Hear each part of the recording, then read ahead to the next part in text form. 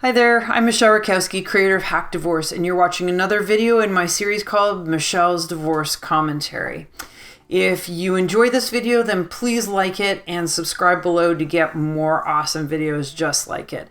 In this video series, I share tips and insights with you about things that can help make your divorce process a little bit smoother, because as we all know, getting through divorce is not easy. Today I want to talk to you guys about things that make you feel like a victim and things that you can do to get out from under that burden. So a lot of times the economics of divorce make our situation seem pretty grim. Many people that come to see me for help are in situations where they've currently had a double income coming into the house, they own their own home, they have two relatively new cars in the driveway that work well, and many people can afford to go on vacations at least once a year, perhaps even more.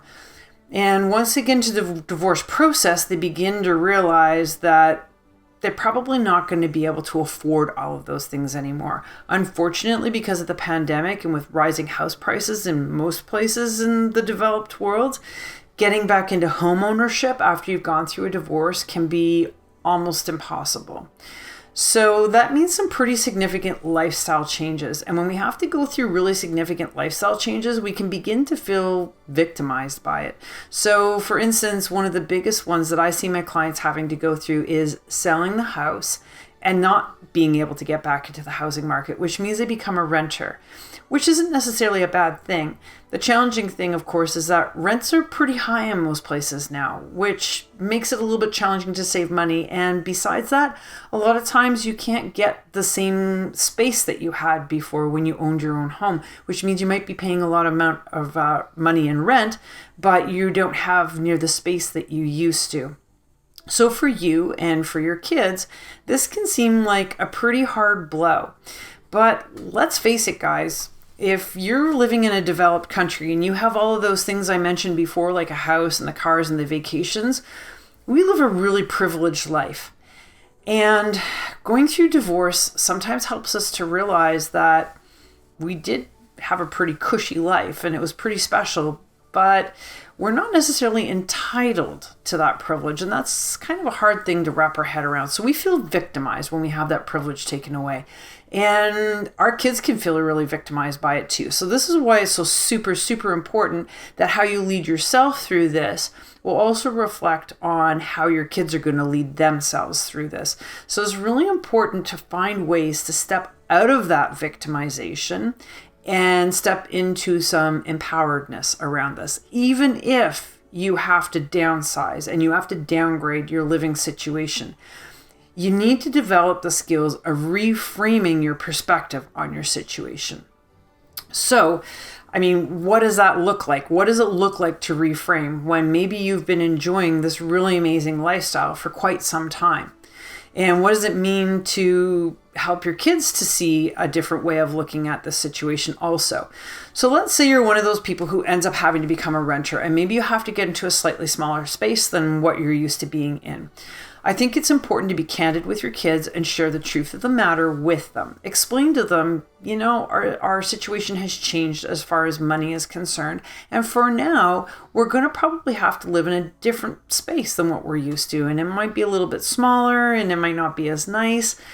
But you know what? It's probably not where we're going to end at. And I think it's important to convey the temporariness of the situation, especially to the kids to begin with, because they will eventually get used to their new situation. And I know that many people, they do a lifestyle change and they think that it's temporary and then they can end up being there a little bit longer than they thought. There's nothing wrong with that.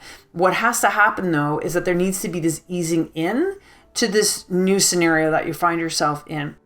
So helping your kids to understand that it's a transition and that it's probably going to be temporary and that you have a plan. So you better have a plan to hopefully get yourself back into home ownership or into a bigger place or whatever the case may be, can be encouraging and comforting to the kids. But for most kids, once they've lived in their new place for 3 to 6 months, you'll probably find that it becomes less and less of an issue. So how you walk yourself through this is really, really important. I think that gratitude is a huge piece, a huge component of all of this as you're going through your changes. We might not necessarily be grateful for the fact that we couldn't keep our house and we had to go into something smaller, and I get it on some levels, but we also need to be grateful for the fact that we have a place to live.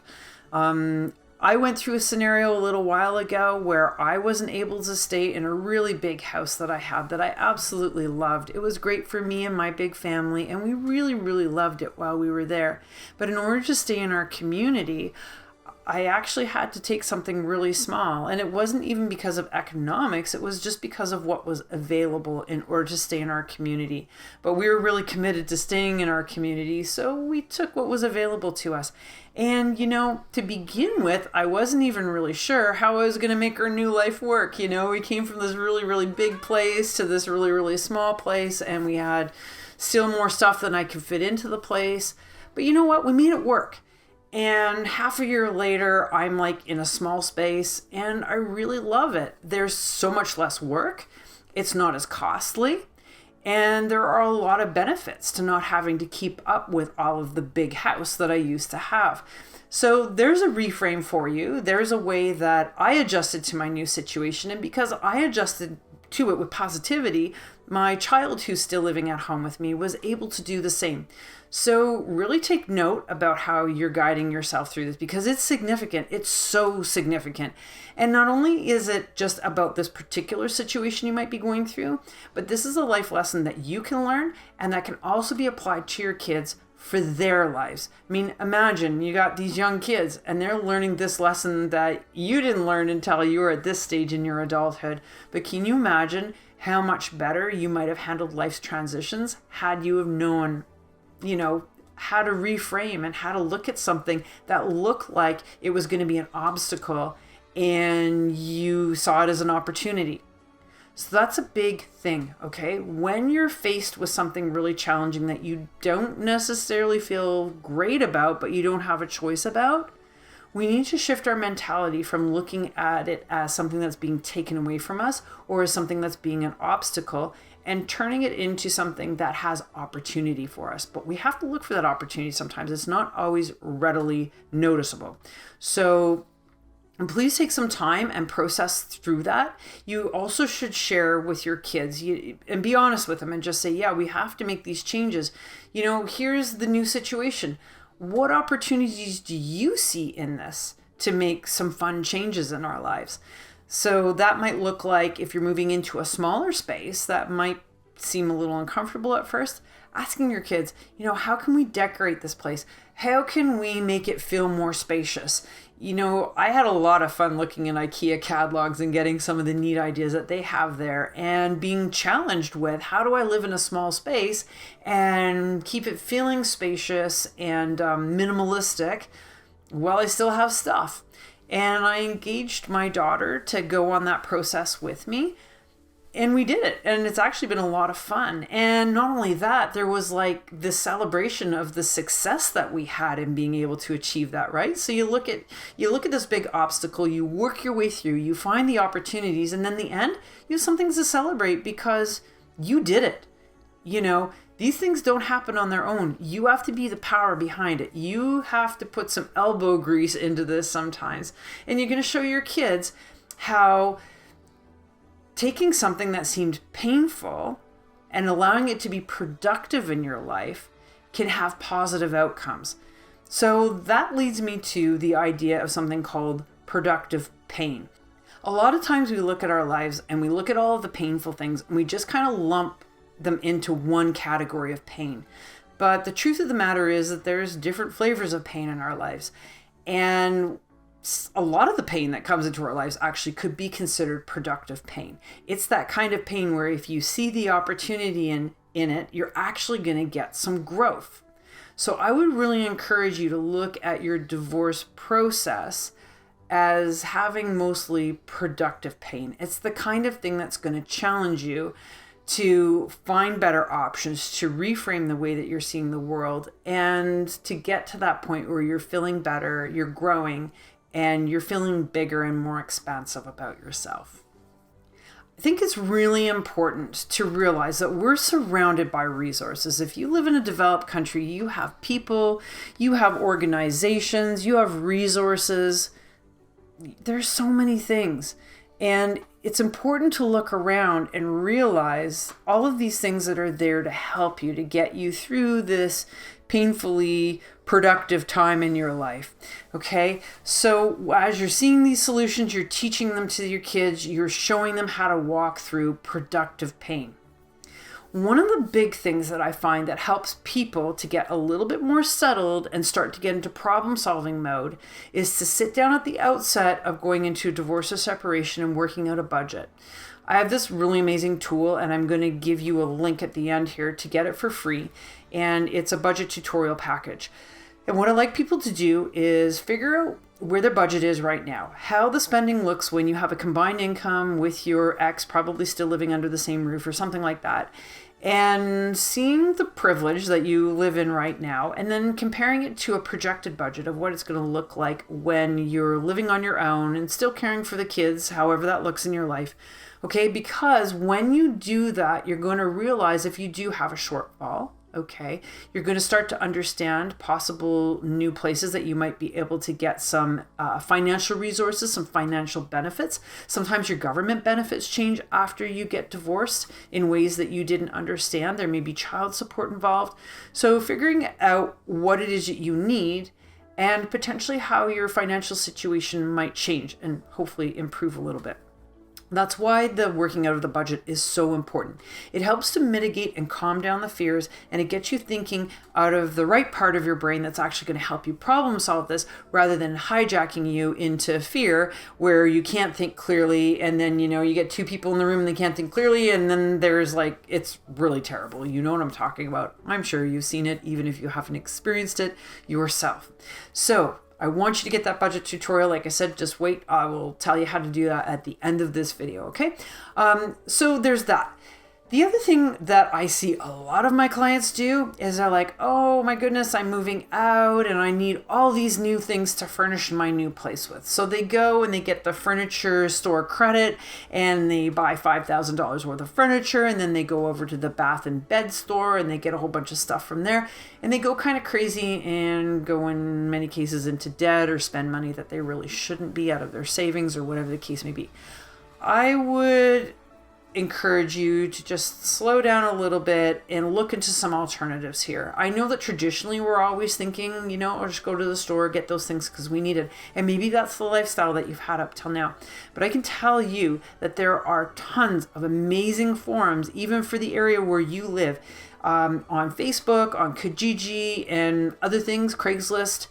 People are giving away stuff all the time. You can often find what you need for really minimal price or even free temporary stuff that will just get you out the door and get you started over again while you're saving the money, while you're getting the opportunities to maybe get what you really want. Or maybe through the process, you might even learn, you know what, that was pretty cool. I got some really neat stuff people blessed me with. And now I don't feel the urgency to have to run out there and spend $5,000 or $7,000 on furniture because what I have is adequate for now.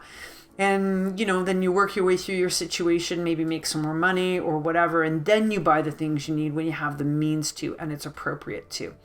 So I want you to think about different ways you can be creative in your new situation to help you save money or not even spend money at all. As far as decorating, recycled paint, it's awesome. It works really well in most cases, and it's cheap, and it looks great. Many people have dollar stores or discount stores where they can go and get decorations, and with a little bit of creativity, make your houses look really awesome. And if that's not your thing, maybe it's one of your kids' things and involve them in it. It can be a lot of fun, actually. And, it can be really empowering. I remember years ago when I moved into a new home, and I thought that it would be fun to paint the bathroom. So I asked my eldest daughter, do you think you could do this? We'd done some painting together, and she was about 13 at the time. And she said, yeah, I could do it, Mom. I know how to do that. So we got her a can of paint and gave her the implements, and she did it. And it was amazing. It was so empowering for her. After that, she was able to do other projects and even some mechanical projects around the house. And sometimes I would get her working on them with her brother and sisters. And it was just really, really awesome to see the kids walk into this place of feeling empowered about the skills that they were learning. And then guess what? They were actually able to do jobs for people afterwards that required painting skills and get paid for it. So it was an awesome opportunity to learn a marketable skill. Always, always, always look for the opportunities, guys. I promise you that they're there. You just, you got to keep yourself open-minded about it, all right? So anyways, I have filled your heads with a lot of information again here. Bottom line is the obstacle is the opportunity. And I really want you to see that. I want you to reframe your own mind, and I want you to teach it to your children. Why go through such a painful experience like going through separation and divorce if you can't become better from it, and if you can't help your kids become better for it? Okay, so take advantage of a negative thing that's going on in your life and spin it into something positive. It's going to make you a better person, I promise. So guys, if you appreciate this video, please like it, subscribe. I'm going to be cranking out this stuff every week, and I don't want you to miss out on it. Also, the free tutorial that I had talked about earlier for the budget, it includes some worksheets and a video lesson that walks you through step by step and shares information with you that you probably never even thought about. Get it over here. Okay, so click on that link and go to it. And that's it for today, guys. Thanks so much for watching, and I look forward to connecting again with you real soon. Take care. Bye-bye.